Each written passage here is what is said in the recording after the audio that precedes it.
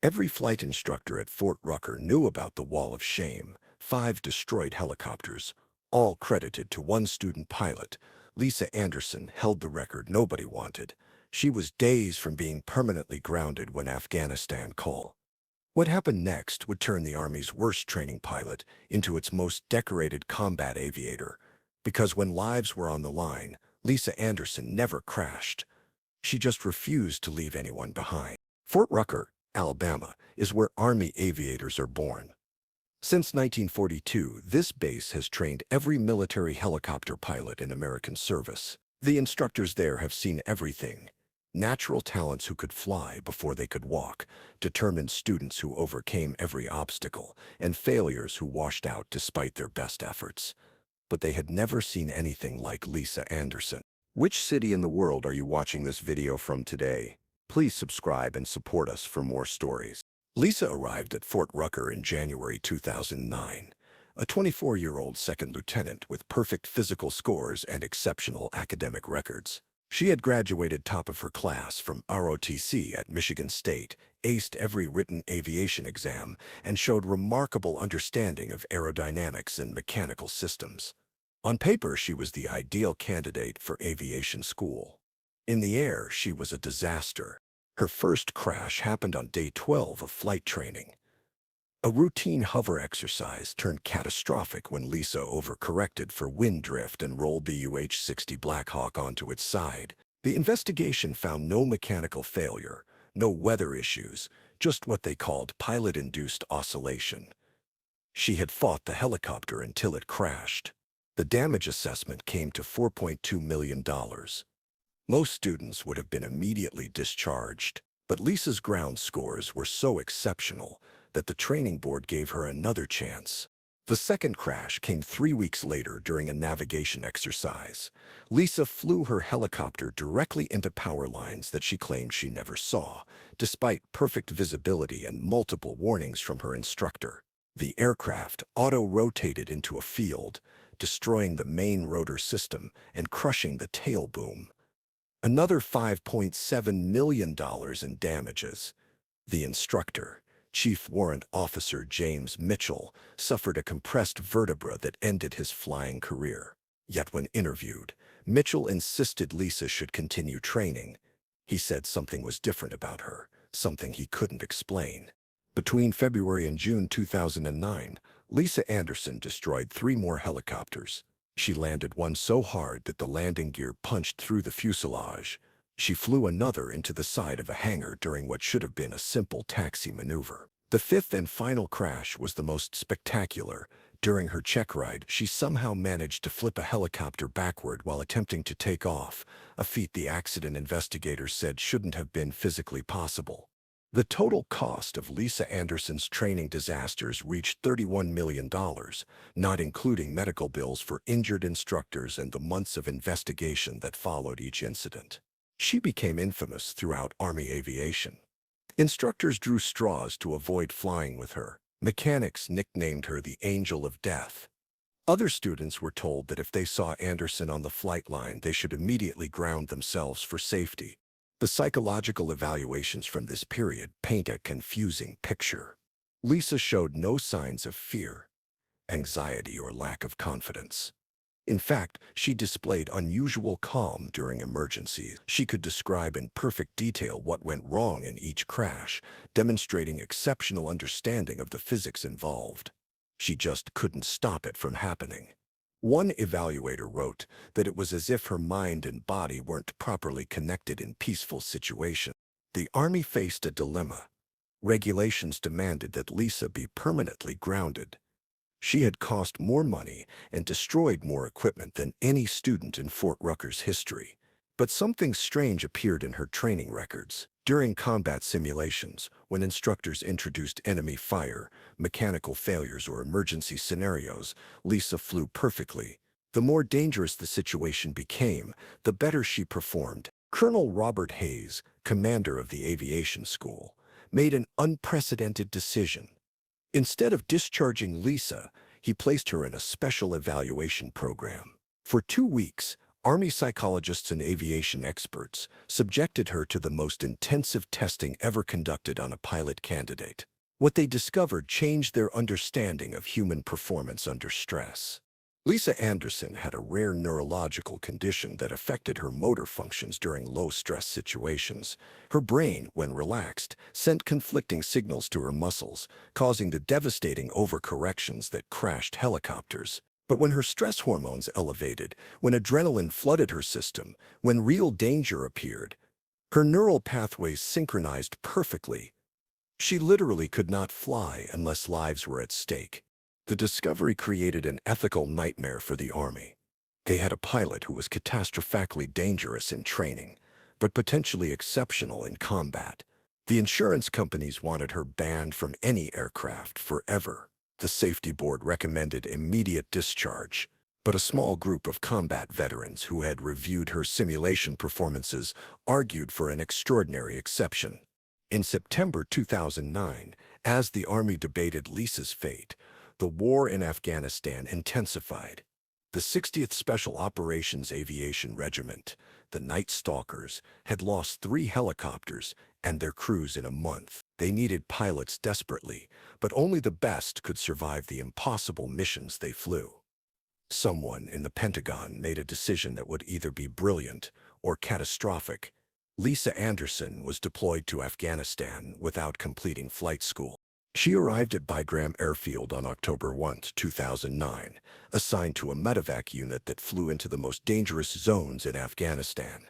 Her commander, Lieutenant Colonel Sarah Mitchell, had been briefed on Lisa's training record. Mitchell later admitted she had written Lisa's obituary in advance, certain this broken pilot would die on her first mission. October 3, 2009. Lisa's first combat mission. A squad of Marines was pinned down in the Korengal Valley, known as the Valley of Death. 3 soldiers were critically wounded. The landing zone was under heavy fire. 2 helicopters had already been driven off by RPGs. Lisa Anderson climbed into the cockpit of a Black Hawk that had more patches than original parts, lifted off into the Afghan night, and flew directly into hell. What happened over the next 30 minutes became legend among the Marines who witnessed it. Lisa flew her helicopter through RPG fire like she was dancing, sliding between explosions with movements that defied physics. She landed on a mountainside slope that shouldn't have been able to support a helicopter, held the aircraft steady with pure skill while wounded Marines were loaded, then took off through a crossfire that should have shredded the Black Hawk. Every Marine survived. When Lisa landed back at Bagram, maintenance crews counted 147 bullet holes in her helicopter. The flight recorder showed maneuvers that the Black Hawk's manual said were impossible. Lisa couldn't explain what she had done. She said it felt like the helicopter had become part of her body, that she could feel the air pressure on the rotor blades, sense the bullets before they arrived. Over the next 10 years, Lisa Anderson flew 2,000 combat missions in Afghanistan. She evacuated wounded soldiers from areas other pilots wouldn't approach. She inserted special forces teams into positions that satellites said were inaccessible. She resupplied outposts during whiteout blizzards, navigating by instinct when instruments failed. And she never, not once, lost a soldier under her care. The statistics from her combat record don't seem real. Lisa was shot down 17 times, but always auto-rotated to survivable landings. She flew 4 different missions with hydraulic failures that should have been fatal. She once continued flying for 40 minutes after an RPG destroyed her tail rotor, controlling the spinning helicopter through pure skill and delivering wounded soldiers to medical care. She earned 7 Distinguished Flying Crosses, 5 Bronze Stars, and the Air Medal with V device for Valor 20. But the most remarkable aspect of Lisa's service wasn't her medals or statistics. It was the fact that soldiers would refuse evacuation unless Lisa was flying. Marines would hold defensive positions for hours, bleeding and dying, waiting for her specific helicopter. Special forces teams would delay missions until she was available. She became known as the Guardian Angel, the pilot who could fly through anything and always bring you home. The contrast between her combat performance and her attempts at routine flights became more extreme over time. In 2012, Lisa tried to fly a simple transport mission from Bagram to Kabul. No combat, just moving supplies. She crashed the helicopter into a fuel depot, causing $2 million in damage but somehow no casualties. The next day, she flew into a Taliban stronghold under heavy fire and evacuated an entire platoon without a scratch. Her crew chiefs developed elaborate workarounds. They would create false emergency scenarios for routine flights, playing recordings of gunfire and explosions to trigger Lisa's combat reflexes. They would have someone radio fake distress calls during transport missions. Once they actually paid Afghan locals to shoot blanks near the helicopter during a supply run, just to keep Lisa flying straight. The medical studies conducted on Lisa during her deployment revealed unprecedented neurological activity. Brain scans showed that combat situations activated regions of her brain that remained dormant during normal flight. Her reaction time in dangerous situations was 3 times faster than the best pilots in normal conditions. She could process multiple threats simultaneously, predict ballistic trajectories instinctively, and make calculations that computers struggled to replicate. In 2014, Lisa attempted to attend a peaceful helicopter demonstration for visiting generals. She was supposed to fly a simple figure-8 pattern to show off the Blackhawk's capabilities. She crashed into the reviewing stand, nearly killing the Deputy Secretary of Defense. 6 hours later, she flew into an ambush that had trapped 40 soldiers, maneuvered through surface-to-air missiles, and evacuated every soldier while her helicopter was literally falling apart around her. The Army tried everything to help Lisa fly normally. They sent her to meditation retreats to control her stress response. They tried hypnosis to convince her brain that every flight was dangerous. They even attempted to chemically induce stress before routine flights. Nothing worked. Lisa Anderson could only fly when death was on the line. Her crew chief for most of her deployment, Sergeant First Class Marcus Williams, kept a detailed log of Lisa's flights. His entries revealed the daily insanity of flying with her. One entry from 2016 reads, "Today, Lisa tried to reposition the helicopter 50 feet to refuel. She crashed into the fuel truck. 2 hours later, she flew us through an ambush that killed everyone else in the convoy, threading between RPGs like they were raindrops. I've stopped trying to understand. I just pray we only fly combat missions." The soldiers Lisa saved numbered in the thousands. She evacuated 2147 wounded personnel, inserted over 3,000 troops into combat zones, and delivered millions of pounds of critical supplies to surrounded outposts. She flew missions in weather that grounded entire air wings, navigated through sandstorms by sound alone, and once flew for 6 hours with no electrical systems, controlling the helicopter manually while memorizing the constantly changing route. In 2018, the Taliban specifically targeted Lisa Anderson.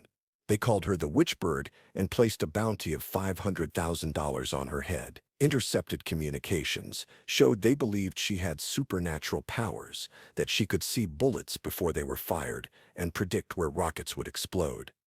They tried to ambush her 43 times. Each time she survived and completed her mission. The most extraordinary mission of Lisa's career came on July 4, 2019. A special forces team was trapped on a mountain, surrounded by over 200 enemy fighters. 3 helicopters had already been shot down trying to reach them. The weather was catastrophic. A sandstorm combined with thunderstorms that reduced visibility to 0. Command considered the team lost. Lisa Anderson took off alone. The flight recorder from that mission is still classified, but witnesses on the ground described something impossible. Lisa's helicopter appeared and disappeared through the storm like a ghost, drawing fire away from the trapped team. She landed on a pinnacle of rock barely large enough for one skid, held position in 70-knot winds while the team boarded, then flew through concentrated fire from 3 directions. When she landed at Bagram, her helicopter had taken over 4. The maintenance chief said it was physically impossible that it had continued flying. Every soldier on that mountain survived. The team leader, whose name remains classified, later testified to Congress that Lisa Anderson wasn't human when she flew in combat, that she became something else, something that could bend physics through pure will. He said watching her fly in battle was like watching an angel fight demons, beautiful and terrifying at the same time. The end of Lisa's combat career came suddenly in November 2019. The war was winding down, and she was scheduled for a routine repositioning flight. No combat expected. Her crew chief, Williams, was on leave. The replacement didn't know about the usual tricks to keep her flying straight. Lisa took off, flew for approximately 30 seconds, then crashed into the base water tower. Nobody was hurt, but the Army finally had enough. Lisa Anderson was permanently grounded from all flight operations, combat or otherwise. The decision caused near riots among combat units who considered her their guardian angel. Petitions with thousands of signatures demanded her reinstatement. Marines offered to sign waivers accepting any risk to fly with her. The Army refused. Lisa's final evaluation is a masterpiece of military understatement. It reads, Chief Warrant Officer Anderson demonstrated exceptional combat aviation skills and unsatisfactory peacetime performance. Recommend non-aviation assignment. Behind those clinical words lay the story of the most paradoxical pilot in military history, a woman who destroyed 5 helicopters in training and saved 2140. The psychological studies of Lisa Anderson continue to this day. Neuroscientists believe her condition represents an extreme version of what many combat veterans experience, the inability to function normally in peaceful situations after adapting to constant danger. Her brain had evolved to operate at superhuman levels under threat, but couldn't handle the absence of danger.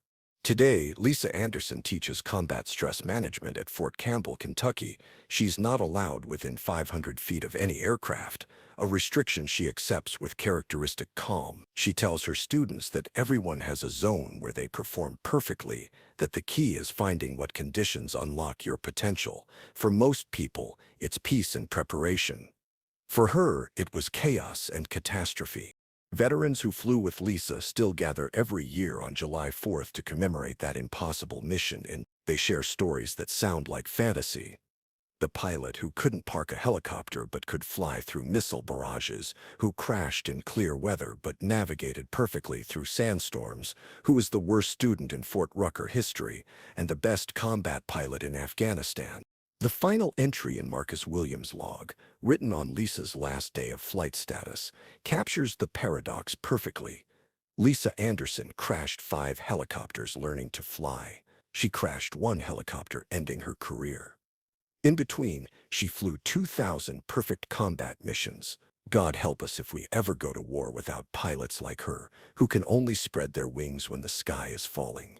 The Army has since revised its pilot selection process, specifically looking for individuals who show Lisa Anderson's paradoxical pattern: poor performance in training, but exceptional ability under stress. They call it the Anderson Protocol, though they've never found another pilot who exemplifies it as extremely as she did.